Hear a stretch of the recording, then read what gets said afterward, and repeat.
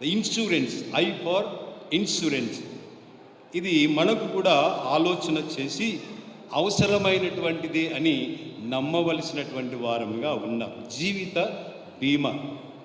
దీని ఇంకొక మాట చెప్పాలంటే లోకానుసారమైనటువంటి మాట కూడా ఎల్ఐసి అంటారు. ఎల్ఐసి ఎంతమందికి ఉందో తెలియదు, కానీ ఈ ఎల్ఐసి మాత్రం అవసరం. అది ఈలోక సంబంధమైనటువంటి ఎల్ఐసి. కానీ పరలోక సంబంధమైనటువంటి ఎల్ఐసిని గురించి మనం ఆలోచన చేస్తే ఇది పాలసీ అనేటువంటిది క్రిస్మస్లో ఉన్నట్టుగా మనం గుర్తు చేయబడతాం. L for life, I for investment, C for Christ. ఇది క్రీస్తులో జీవము పెట్టబడి ఉన్నది అని చెప్పి జ్ఞాపకం చేయబడతాం. ఎందుకనగా మన జీవము ఏ పాటిదో, మన జీవితము ఏ పాటిదో ఆలోచన చేయగలిగినటువంటి ఒక సందర్భాన్ని మనం గుర్తుకు తీసుకుంటే, దినవృత్తాంతముల గ్రంథము మొదటి గ్రంథంలో 29వ అధ్యాయము 15వ వచనంలో ఏమంటాడంటే, మా భూ నివాసముల కాలము నీడ వంటిది, అనగా అస్థిరమైనది అంటాడు. అక్కడ ఆలోచిద్దాం, మన జీవిత కాలం ఎంతగా మనం జీవించగలం, దేవుడు పెట్టిన స్పాన్, ఆ సమయం యొక్క పరిధి ఎంత. కీర్తనాకారుడైతే మానవుని ఆయుష్ 70 సంవత్సరములు, అధిక బలం ఉన్నడలా 80 సంవత్సరములు అంటాడు. ఇంకా అధికంగా ఉండాలంటే అది దేవుని కృపతో కూడినటువంటి కాలమే అని మనం గ్రహించాలి. అది కూడాను నీడ వంటిదే అంటాడు, అది అస్థిరమైనటువంటిదే అంటాడు. అంతేకాకుండా యాకోబు పత్రికాకారుడు కూడా 4వ అధ్యాయం 14వ వచనంలో మీ జీవము ఆవిరి వంటిది అంటాడు. అంతేకాకుండా నీడ వంటిది, నీటి బుడగ వంటిది.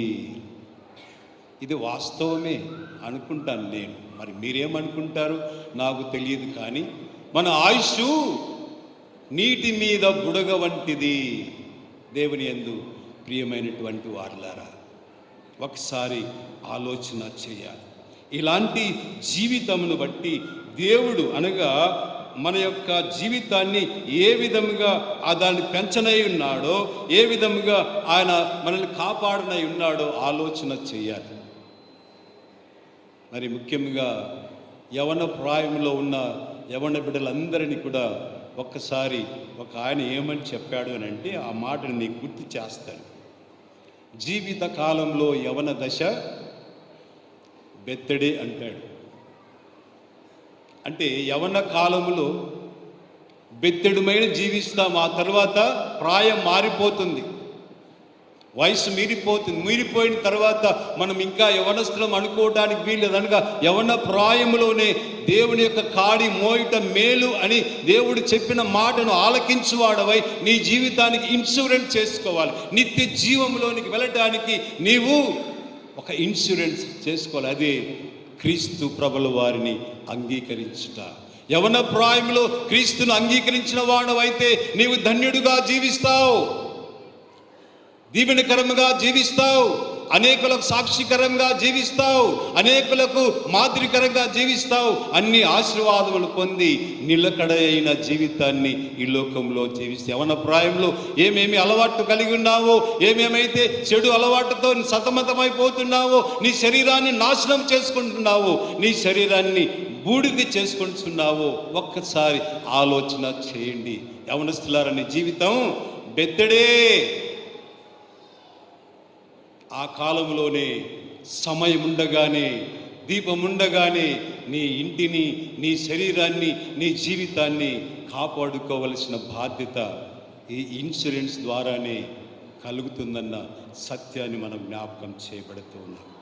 దేవుని యందు ప్రియమైనటువంటి వారులారా, నిజంగానే ఇది యెషయా గ్రంథం 40వ అధ్యాయం 8వ వచనంలో మనం చూసినప్పుడు అది సర్వ శరీరులు గడ్డి వంటి వారే అంటాడు. ఉదయం పుష్పిస్తుంది, సాయంత్రానికి వాడబారిపోతుంది. నీ జీవితం ఎలాంటిది ఆలోచించండి. ఈ రోజున్నవాడు లేకపోతూ ఉన్నాడు, బయటికి వెళ్ళిన వాడు ఇంటికి రావడానికి వీలు లేనటువంటి పరిస్థితిలో ఉన్నారు. ఒక భయంకరమైన దినాలలో మనం జీవిస్తున్నటువంటి సందర్భాలలో నీకు ఒక ఇన్సూరెన్స్ అవసరం. అదే క్రీస్తు. ఈ జీవం చాలించిన తర్వాత దేవునితో సహవాసం చేయుటకై, దేవుని యొక్క రాజ్యంలో నివాసం చేయుటకై నీకు ఇన్సూరెన్స్ క్రీస్తు ప్రభుల వారే. ఎందుకనగా మా జీవము క్రీస్తుతో కూడా దాచబడి ఉన్నదని పౌలు సెలవిస్తాడు. మరి కొలస్సీలకు రాసిన పత్రిక 3వ అధ్యాయం 3-4 వచనాల్లో మాట మాట్లాడతాడు. మన జీవం ఎక్కడ దాచబడి ఉన్నది? ఇన్సూరెన్స్ అనగా క్రీస్తుతో దాచబడి ఉన్నది. మన జీవితము క్రీస్తులో దాచబడి ఉన్నది కనుక మన జీవితము